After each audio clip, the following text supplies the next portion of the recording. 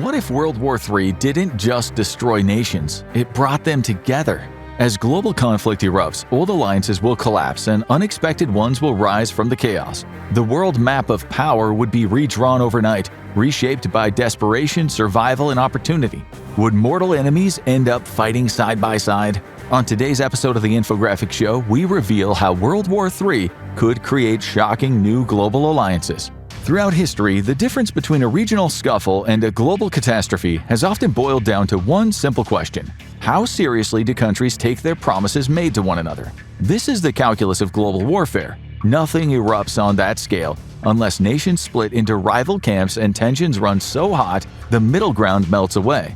Were it to happen, World War III would fundamentally reshape global alignments, forging power blocks that don't yet exist. Before exploring future alliances, we need to understand how past systems decided whether wars stayed regional or turned global. Let's start with the alliance death spiral that kickstarted World War I. Europe was a continent at its most volatile after a decade of brooding growth and anxiety. Since 1907, the Triple Alliance, Germany, Austria-Hungary, and Italy, had been locked in a tense standoff with the Triple Entente, Britain, France, and Russia. Each side drafted treaties that left little doubt about how the next Great War would unfold. The assassination of Archduke Franz Ferdinand on June 28, 1914, was like lighting a match in a fireworks factory. Austria-Hungary immediately declared war on Serbia. Russia mobilized to defend its Slavic ally on July 30th, resulting in Germany declaring war on Russia on August 1st. France honored its alliance with Russia and Britain upheld its guarantee to Belgium, and within 37 days, a regional dispute had escalated into a global war involving dozens of nations. As each nation mobilized, there was no time for second thoughts, no off-ramps once the machinery of alliance obligations started grinding forward to oblivion. European leaders literally went to war because their grandfathers had signed papers promising they would. By the time the smoke cleared 4 years later, 4 empires had collapsed, 15 to 22 million people were dead, and the entire global order had been rewritten, all because a handful of leaders and their military staff promised in advance to have their allies' backs, no matter what. Fast forward to Korea in 1950, and you have another prime example of a regional conflict with enough volatility to spark the world's most apocalyptic crossover event. Fortunately, it didn't. But when North Korea invaded South Korea on June 25, 1950, the global alliance systems were remarkably similar to what we might see in World War III. The authoritarian bloc was led by Stalin's USSR, backing North Korea's fearless leader Kim Il-sung. Mao's newly founded People's Republic of China stood alongside them, sharing both a border and a communist ideology. On the other side stood the Western Democratic Alliance, the United Nations coalition led by the United States, with 16 countries from Britain to Australia and Turkey ready to fight for South Korea. The battle lines were drawn between competing worldviews just as they would be today. But here is where we see a crucial difference from 1914. Nobody was entirely sure how far anyone would actually go. The alliance commitments were relatively fresh, all things considered. The centerpiece was an occupied, war-ravaged country riven by competing factions. And military partnerships were ideological rather than treaty-bound and untested by major conflict. Uncle Joe Stalin was carefully calculating the risks and keeping his involvement semi-secret. He wanted to test American resolve and stretch Western military resources without triggering nuclear war. Mao was focused primarily on Taiwan and genuinely unsure whether America would commit to a grinding land war in Asia. And Truman had nuclear weapons at his disposal, but hesitated to use them, especially with an American public still war-weary from World War II. The result was a proxy war that killed 2.5 million people, but never spread beyond the Korean Peninsula. China sent volunteers over the mountainous border instead of declaring war, maintaining plausible deniability. The USSR provided equipment and training, but no official troops. The US fought with one hand tied behind its back, refusing to bomb Chinese supply lines or use nuclear weapons, despite MacArthur's increasingly unhinged demands to do so. What made Korea different from 1914, and what might make a potential World War III different from World War II, was alliance flexibility.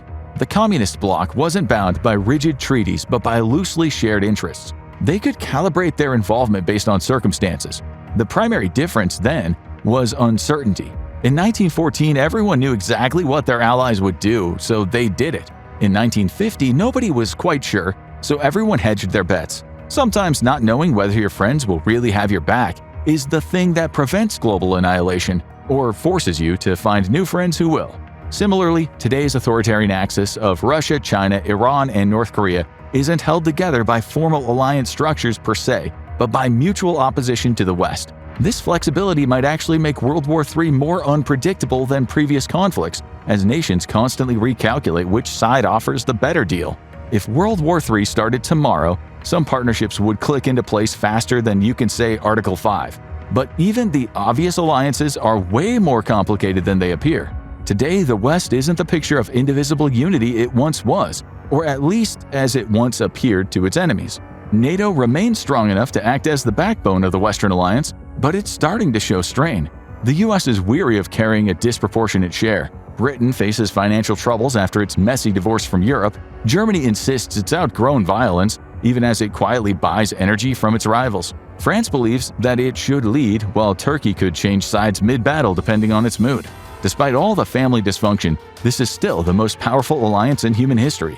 NATO's 32 countries have a combined GDP of around $45 trillion, 8 times larger than Russia, and 30% of the entire world GDP. They control more aircraft carriers than everyone else put together. The F-35 Lightning II fighter program is basically a weapons-grade group project involving 8 countries that somehow actually works, producing the most advanced stealth fighters on the planet. And then there's the extended family. Japan brings $4 trillion GDP and some of the world's most advanced technology. South Korea adds another $1.7 trillion and manufactures everything from semiconductors to Samsung phones. Australia contributes vast mineral wealth, strategic Pacific positioning, and the kind of loyalty that America desperately needs. The AUKUS partnership of Australia, the UK, and the US is built on submarine warfare and advanced military tech. For now, it hasn't been sacrificed on the altar of budget cuts or fading political will. Still, it's not your grandfather's NATO either. The cracks in the foundation are impossible to ignore. President Trump literally threatened to quit NATO. Even though the former administration recommitted to the alliance, about 40% of Americans still think other countries should pay more for their own defense. France's Emmanuel Macron keeps talking about strategic autonomy and wanting to create a European army. Germany spent decades becoming dependent on Russian energy while allowing its military to decay. The situation grew so dire that soldiers in training exercises reportedly carried broomsticks in place of machine guns. And then there's Turkey. They're technically NATO's second-largest military, controlling the critical Bosphorus Strait and hosting American nuclear weapons. But Erdogan also bought Russian S-400 missile systems while remaining in NATO. For years, Turkey has played footsie with Russia in Syria, Libya, and wherever else they can cause maximum awkwardness for their supposed allies. The alliance that saved the free world during the Cold War now looks like a dysfunctional family. What about the armed bloc the West will likely face in a global conflict? Are they any more unified? Well, not really. Putin, Xi Jinping, Khamenei, and Kim Jong-un are clearly the champions of what expert analysts are now calling the axis of evil 2.0 or axis of upheaval. Though calling it an axis gives it more structure than it actually has. The glue in the relationship is not shared values or culture, but a mutual desire to see American hegemony end and the liberal world order collapse.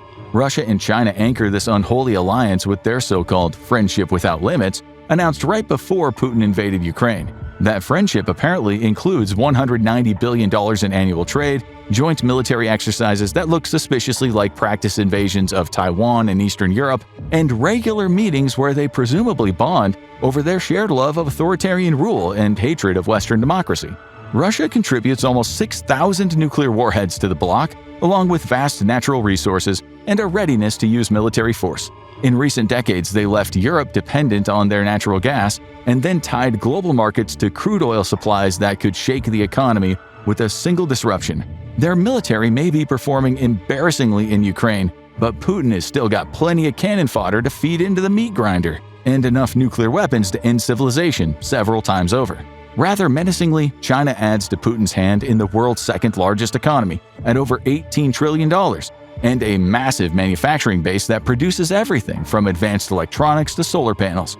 In just 2 decades, China's rapidly expanding military has grown from a regional power into a global threat. They are building aircraft carriers, artificial islands, advanced submarines, hypersonic missiles, and AI-driven systems, all while pursuing long-term strategies that make the short horizons of Western democracies look dangerously short-sighted.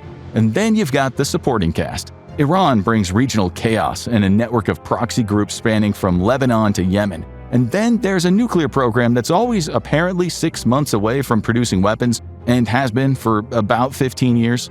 North Korea contributes the world's most unpredictable leader. It boasts a growing intercontinental ballistic missile capability and retains enough artillery pointed at Seoul to turn South Korea's capital into a crater within hours.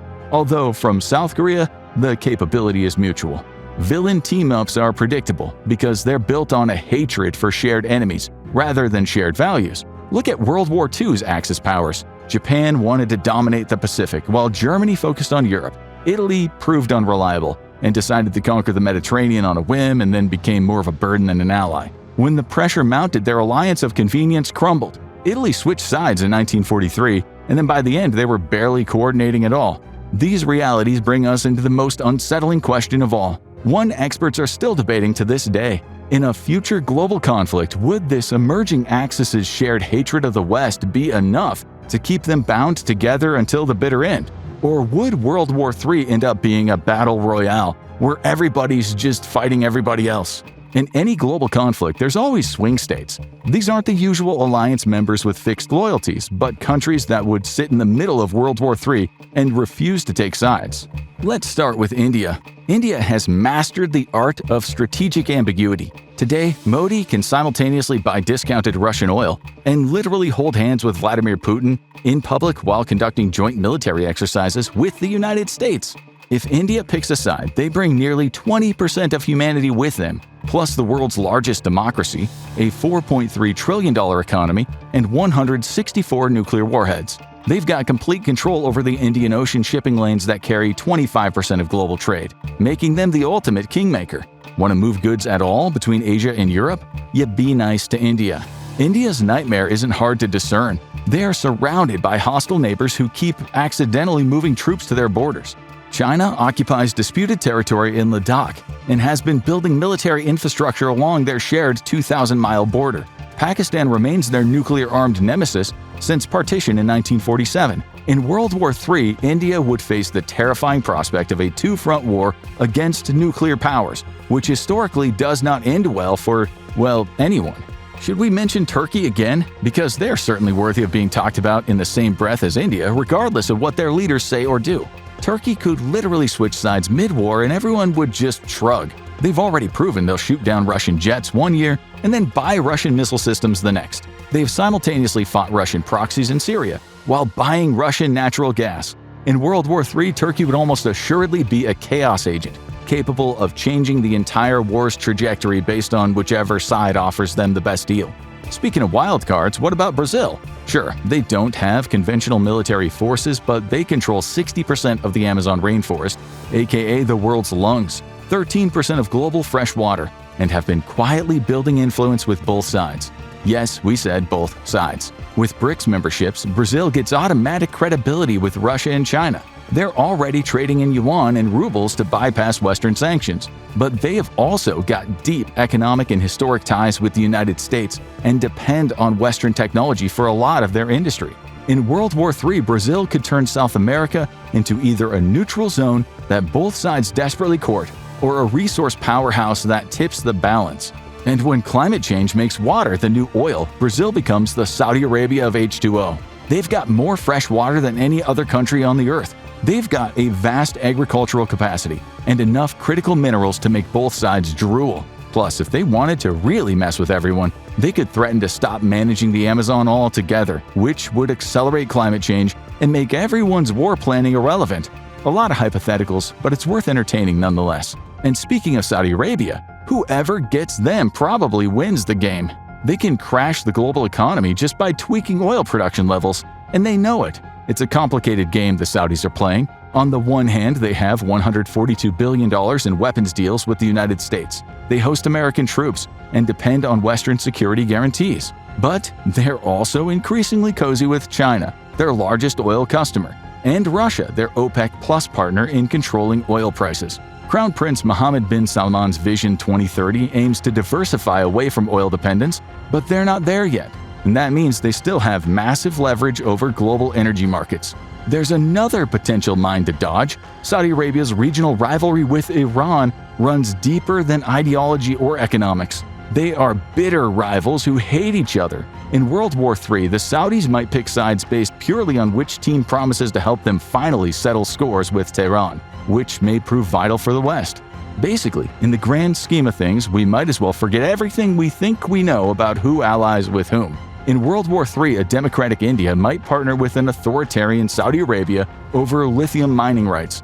Brazil could find themselves embedded with Russia because they both control critical food supplies. Israel and Iran might discover they have more in common than they thought when facing a common Chinese tech threat. The old rules, democracy versus authoritarianism, East v West, capitalism v communism, are fast eroding. The way the world is going, they seem about as relevant as a medieval siege manual. It's not outside the realm of possibility that a future global war could throw a series of geopolitical twists completely out of left field. The Democratic Republic of Congo, currently one of the poorest countries on the earth, could suddenly become a kingmaker. They control more than 70% of the world's cobalt, essential for the lithium-ion batteries that power military drones, electric tanks, and the communication systems driving modern warfare. Without cobalt, your high-tech military becomes a very expensive pile of paperweights. Bolivia's salt flats, where llamas currently outnumber people, might also become more strategically valuable than aircraft carriers. They sit on massive lithium deposits that every military needs for battery technology. Suddenly, countries that couldn't find each other on a map are forming alliances that would make Henry Kissinger's head spin. The African Union could emerge as a unified powerhouse, finally leveraging their mineral wealth and 1.4 billion people. Southeast Asia might stop playing nice and start playing hardball, enforcing control over global shipping lanes, like an angry toll booth operator. Even tiny countries like Rwanda or Singapore could punch way above their weight class by controlling key resources or financial systems. Unlike World War II's rigid Axis versus Allies divide, World War III would create a fluid system where countries constantly recalculate their partnerships based on immediate survival needs. The result wouldn't be two massive blocs fighting each other, it would be dozens of overlapping, shifting partnerships. NATO might still exist, but it could include India and exclude Turkey. China and Russia's friendship might survive, but only if Iran doesn't offer Beijing a better deal on oil. In the end, World War III would create a completely new international system where no single country or alliance dominates everything. Since 1945, the world has lived under an American-led order. Some predicted a Chinese century to follow, but what we would actually get is something new, true multipolarity, with power shifting constantly by resources, technology, and regional sway. The world map after World War III wouldn't be colored in neat little alliance blocks like your old high school history textbook. It would look like a constantly changing kaleidoscope of partnerships, where yesterday's enemies become tomorrow's essential allies, where your best friend might be your biggest rival by next Thursday. Franz Ferdinand's driver took one wrong turn and gave us the American century. The next wrong turn might give us something we've never seen before, a world where everybody matters, nobody's in complete control, and the only constant is change itself. New alliances may shape the future of a world war, but at the heart of it all is the ultimate showdown. Watch China versus the United States. Who will win World War III? Military-army comparison to see how it plays out. Or click on this video instead.